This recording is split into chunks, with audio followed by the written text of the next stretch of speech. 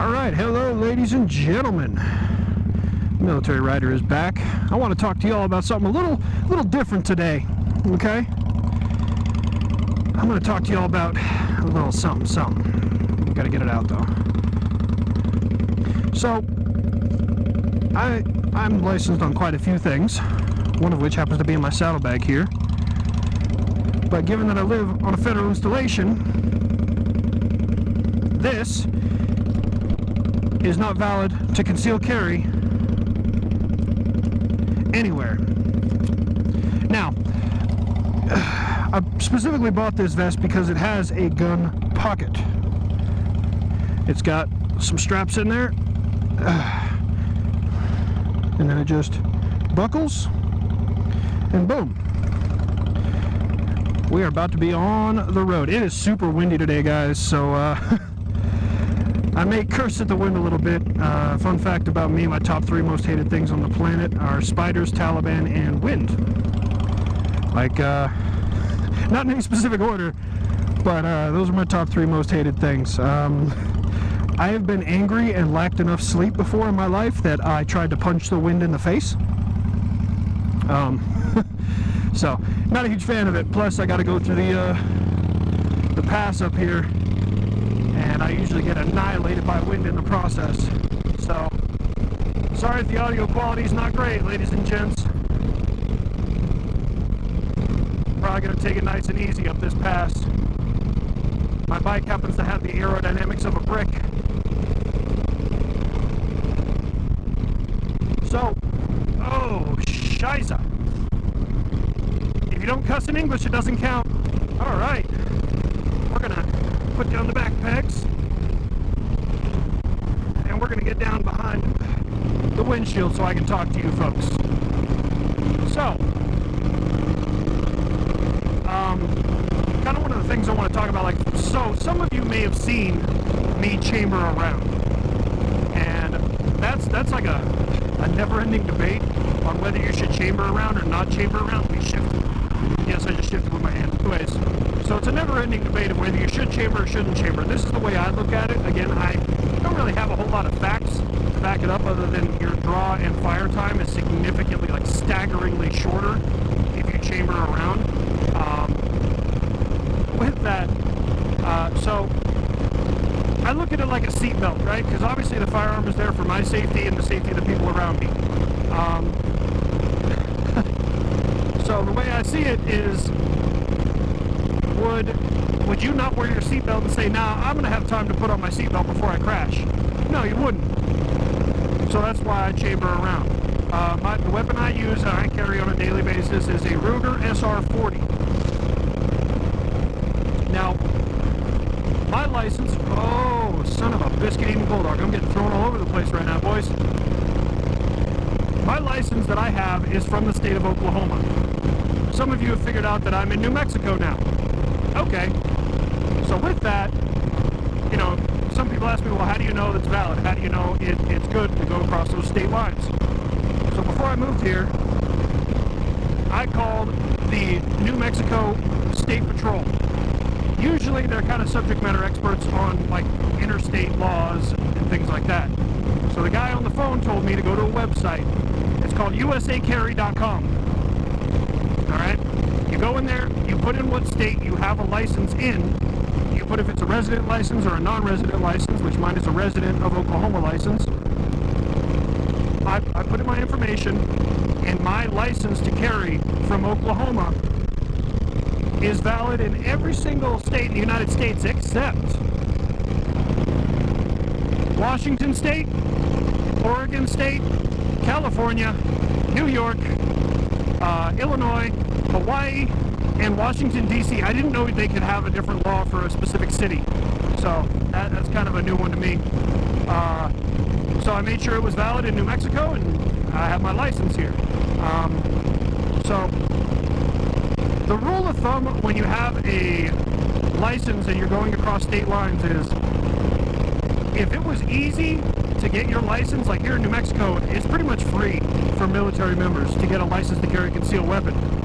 Problem is, it is only legal in like 23 out of the 50 U.S. states. My one in Oklahoma is legal in like 42 of all U.S. states. So, but my one in Oklahoma cost me $250. It was not a quick process. I waited 6 months. I did fingerprints. I went through a class, even though I'm in the military and I shoot quite often. So it's there we go. The wind's getting less up here. First off, a lot of people, myself included at one point in time, were all about open carry. You know, why would I need to go get a license to conceal carry when I can open carry? Okay, well, that's your prerogative. Here's my thought process on that, okay? To understand something about mass shootings and where you could potentially deter mass shootings, you got to kind of get in the brain of some of these Looney Tunes. All right? First and foremost, what are they looking at? What are they looking for when they decide that they're going to shoot shoot up a place? Well, first and foremost, they're looking for something that gives them the highest margin of success. Okay? Hence why like 96%, actually I know it's over 90, but I want to say it's around 96% of all mass shootings occur in gun-free zones. That's a fact. That's not, biased. That's an actual fact. Okay? So they're looking for the highest margin of success with the lowest threat to themselves. All right? So, in looking at that, sorry, I'm going to grab my phone and try to figure out what the hell is going on. So that's what they're looking for. And I look at it like this. If I was a mass shooter and I walked into a place and I saw someone open carrying, I'm going to do one of two things. I'm either going to A, wait until they leave, or B, I'm going to eliminate them as that potential threat. Because that's ultimately what they are, is a threat to me and my job, my goal of what I'm doing. So, you make yourself a target with an open carry. That's my opinion. I honestly don't have anything to back that up. I don't know of any videos or anything along those lines where these things have happened. Okay, open carry versus concealed carry. You can do whatever you want to. You as a law-abiding citizen can do whatever you want to. So most good states are open carry. Now, for those of you who are like, well, what about constitutional carry? Constitutional carry is only legal in other constitutional carry states. I want to say Alaska, Arizona. I know I'm missing a few. There's like 4 or 5 constitutional carry states in the United States. So obviously, if you have a license to carry, it's legal for you to carry in a constitutional carry state. You guys get how that works? So, next thing I want to talk about is being pulled over when you have a license to carry a concealed weapon. All right, I've been pulled over since I've been carrying probably about 6 times, maybe 7. All right. And before anyone jumps in my comments down there and says, well, it's because of the color of your skin. That's why they're okay with it. That's why you haven't been shot. That is fucking bullshit. I'm not saying that bad cops don't exist, because everyone knows bad cops exist. All right? I have 4 brothers and 2 sisters. One of my brothers is a police officer. All right? He's a police officer in Detroit. Oh. But here's the kicker. My other brother is a criminal. I mean, he's a felon. He's a convicted felon. He's living in a halfway house right now. And him and I have polar opposite experiences with police officers. It's probably because when they say, show me your hands, I go, okay. And when they tell him to show him his hands, he says, F you, and then decides to try and fist fight the police officer. That's never going to turn out well for you. Like, ever. That's not going, no matter what you do, even if you beat them right then and there and you take off, they're going to find you sooner or later. Like, you can't do anything after you've done something stupid like that, right? So, I've seen so many videos of people talking about, well, you should empty it and set it on the dashboard so that way he can see it. No. I've seen other people like, oh, you should step out of the car and let him know. No. I'm going to debunk this for you. You keep your hands visible, like for me on a bike would be here, and you do nothing. You tell him or her where the firearm is and that you have a license to carry it, and you wait for their instructions, okay? Simple. You do absolutely nothing. You don't reach for it, you don't point at it, you don't do nothing, all right? And I've met officers that are super chill, and they're like, Hey, yeah, just don't reach for it. Go ahead and give me your license, registration, proof of insurance. Yes, sir. I've met other ones that are a little more high-strung, and they're like, all right, well, would you step out of the vehicle so I can retrieve the firearm and then you can get back in? Yes, sir. People are like, oh, that's unconstitutional. They can't go through your truck. What the I'm trying not to cuss. What do I care? I have nothing to hide. I'm legally carrying a firearm. The worst he's going to do is give me a ticket for whatever he pulled me over for. Whoop-de-doo. All right? I have nothing to hide. So it's pretty simple, right? But if I start grabbing for the firearm and say, hey, here you go. It's right here. Here's the gun. I'm gonna catch 6 warning shots in the back, all right? Now, I have been profiled. There's a reason why I bought this vest and why I bought a vest specifically with a gun pocket, all right? Because I have carried on my hip driving down the road, okay? I know what it feels like to get profiled.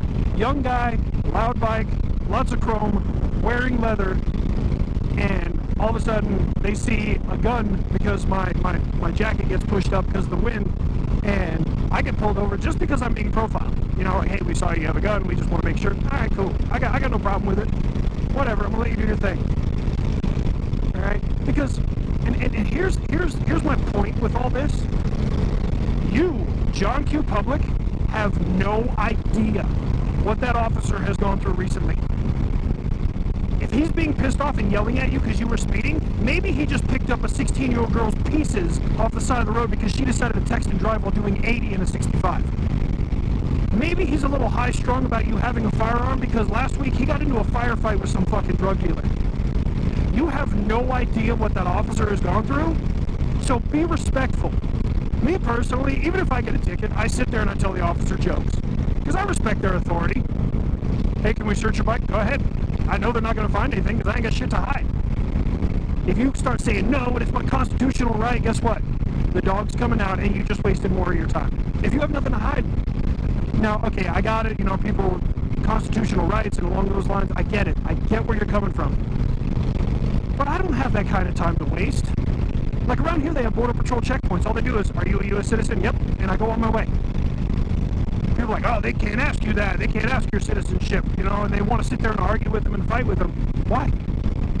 I don't have that kind of time to waste. My time is valuable. I'm literally running errands right now. The other reason people argue with police and want to fight with police is not because they're actually guilty. It's because they're lazy. I'm sorry that may be difficult for some of y'all to hear, but you're lazy, okay? Because this is the thing. Police officers are law enforcement. They don't write laws. They don't govern anything. Their job is to enforce the laws that are put in place. And you, John Q. Public, screaming in a police officer's face is a result of you being lazy. Because it's easy to sit there and yell at that blue suitor. It's easy. It really is. And they just have to sit there and take it, yes sir, no sir, and give you a citation for whatever, right? That's their job. They're just doing their job. They may be enforcing laws like the speed limit here that they themselves don't agree with. But guess what? They have to enforce it. But the easy thing is to yell at a police officer rather than start a petition or write a letter to your lawmakers or go to the next, city council meeting and try and get that law changed. That takes more effort than what you're willing to put in. I'm on my way to Goodwill because I got to get a plaid shirt because I plan on being Stewart for Halloween this year. From Mad TV. Let me do it. Look what I can do. Oh, cool. The people behind me probably like, what the hell is he doing? I'm Stewart. Because they all wear badge cams. Damn near, unless you go to like Podunk, Arkansas, every police officer wears a badge cam, okay? So if you're completely compliant, if they're like, let me see your hands, you're like, okay, can you show me your hands? Get down on the ground. Okay, can you get down on the ground? And they still just beat the living hell out of you, guess what? When you go to court, you're going to win that case, and you're going to be able to sue that police department. I guarantee it. My other thing that I definitely want to touch on, some people might say, well, hey, you're a vigilante because you wanted to have a firearm. No, I'm not a vigilante. I have had a license to carry a concealed weapon for 4 or 5 years, and then before that, I open carried for pretty much since I was legally able to. So, with that, I'm not a vigilante, and in all that time, I have never drawn my firearm once. I have brandished it once, and that was for my safety, because ultimately that's what that firearm is there for, is my safety. Okay? So I was driving in Commerce City, Colorado, this same bike. It was a double yellow, and I had some guy that was just riding my tail, honking at me. I was doing the speed limit. So then I pulled over to let him get around me, because, you know what, whatever, dude, you go about your business, you're going to get a ticket sooner or later, you probably don't have insurance, I'm just going to pull over, you know, because that's my life on the line. When I pulled over, he pulled over. So I was like, okay, and I started to accelerate again, and he started doing the same thing. Guy would not leave me alone. Come to a stoplight, I see him get out of his car. And when I turned back to look at him, I pulled up my jacket a little bit so that he could see I do have a gun. And he jumped in his car, ran the red light. I never saw him again. Okay. Was that the right answer? Probably not. But here's the thing. I'm going home to my family. I'm going home to my dog. And if you, by any means, stand in the way of me doing that, I'm going to go through you like a laser beam. I promise you. Because ultimately when I ride, I'm just trying to get home. That's all I want. I just want to get home. You know?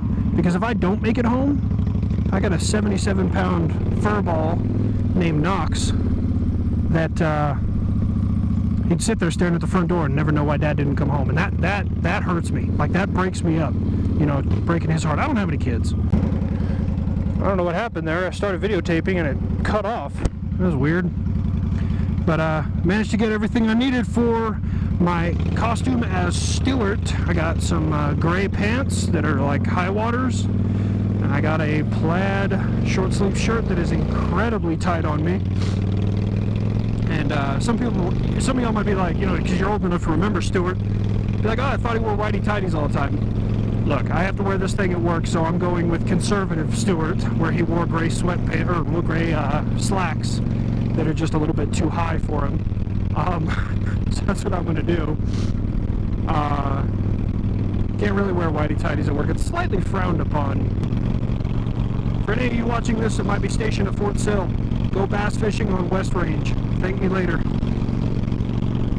West Range is where all the good-sized bass are. Unless you have a boat, you can get out on the Letra, Lake Elbert Thomas Recreation Area. Out there in the deep water, there's some 10-pounders out there. I've never caught one personally, but a friend of mine had a boat, and he'd go out there every single day, and he'd show me pictures of the bass he was pulling out of Letra. No clue what he was using, but it's good stuff. Alright guys, riders. I'm a very traditional person. Like, I have my gremlin bell on the bottom, and maybe I'll do a bit about what a gremlin bell is. I have my gremlin bell, and when I do, you know, the little gesture towards other riders, it is 2 fingers pointed down out to the side below your handlebars. And I've always been taught, and I've been around riders my whole life, that means keep both wheels on the road, and it's a gesture of good faith, like, hey, ride safe. I don't know what this waving above your head stuff is, but like, New Mexico, you guys gotta fix yourselves, because you're embarrassing us. You're really embarrassing us. Just stop it. Get some help. You know, ask somebody who's ridden for a long time. Like, just help yourself. All right, now time to follow the law, ladies and gents. Just like I told you I would.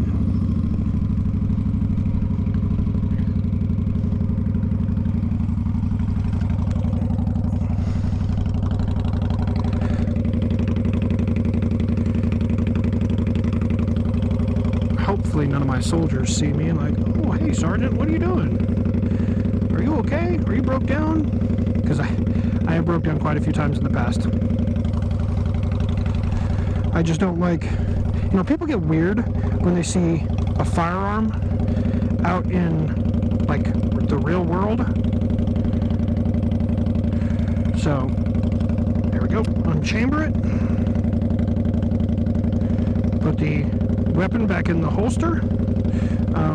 Where in the hell did my magazine go? Oh, there it is. And then we're going to put this round back in here and separate the weapon from the ammunition. Boom. And if they ask me at the gate if I have one, I do, and I have all the proper documentation for it. Well, That's mainly what I was here to talk about, folks. This is your friendly neighborhood military rider telling you guys to ride safe and keep the rubber side down. Peace.